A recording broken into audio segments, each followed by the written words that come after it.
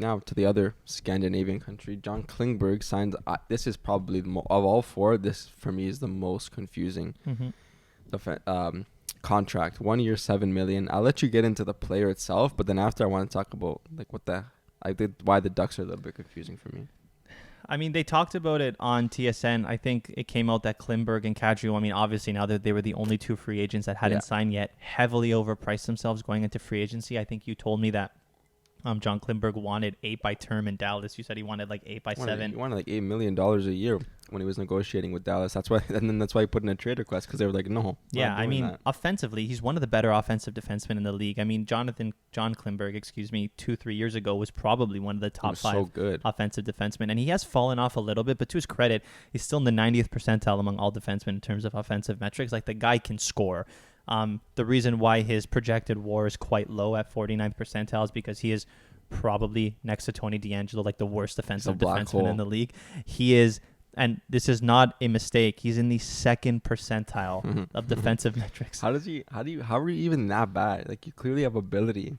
I just don't know how that happens. It's like Tyson Barrie. I don't understand either, especially like this 2% is so scary because he logs so many minutes. On Dallas, they literally played defense all game. It makes no sense to me. Like, how can you be in the top 10th percentile offensively among all defensemen and then be in the 98% of defensemen in the league are better than you? Yeah. It doesn't make sense to me. Like just go and practice taking one-on-ones. It's not that hard. You clearly have the ability. You're correct.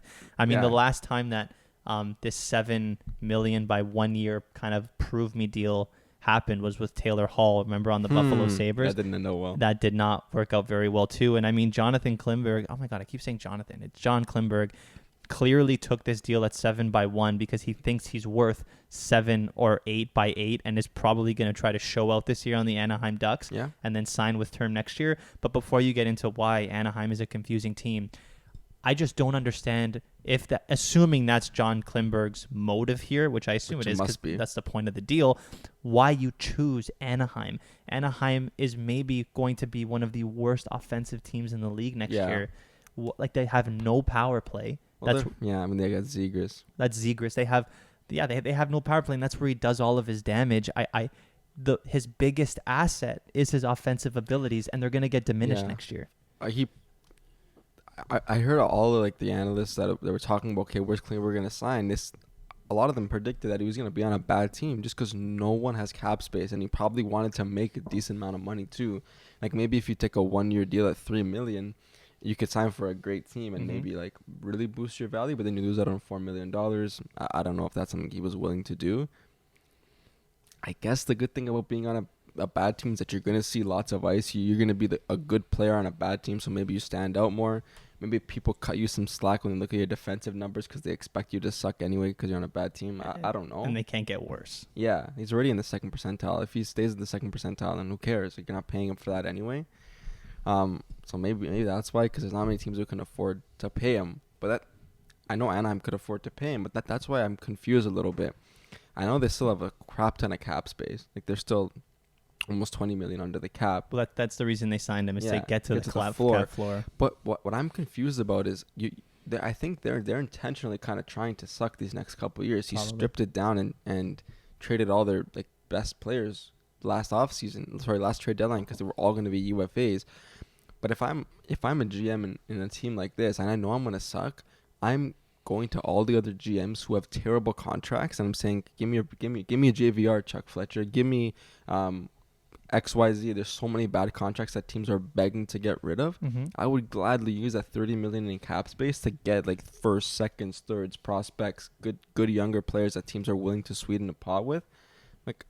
Cap space is the most important asset that any GM can have in the league, and they had so much when other teams have so little. Is it really worth getting John Klingberg to get you 5 extra points on the power play when you could get first and seconds for the upcoming drafts if teams are willing to sweeten the pot to that degree. I don't know.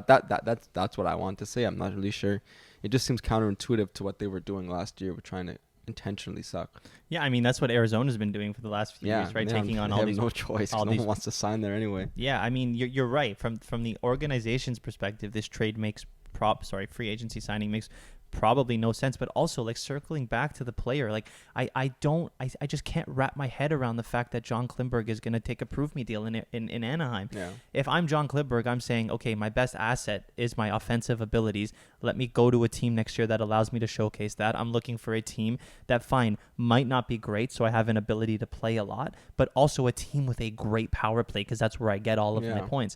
I don't understand. Anaheim is the complete opposite of that. That's true. Like I'm thinking like New Jersey, like if he takes this is just off the top of my head, but like Hamilton playing on the first line, but who's the second line defenseman? Most teams don't do that. Teams like now are like sticking their first unit out there for a minute and a half. That's the thing. He had to find a team where there wasn't a guy.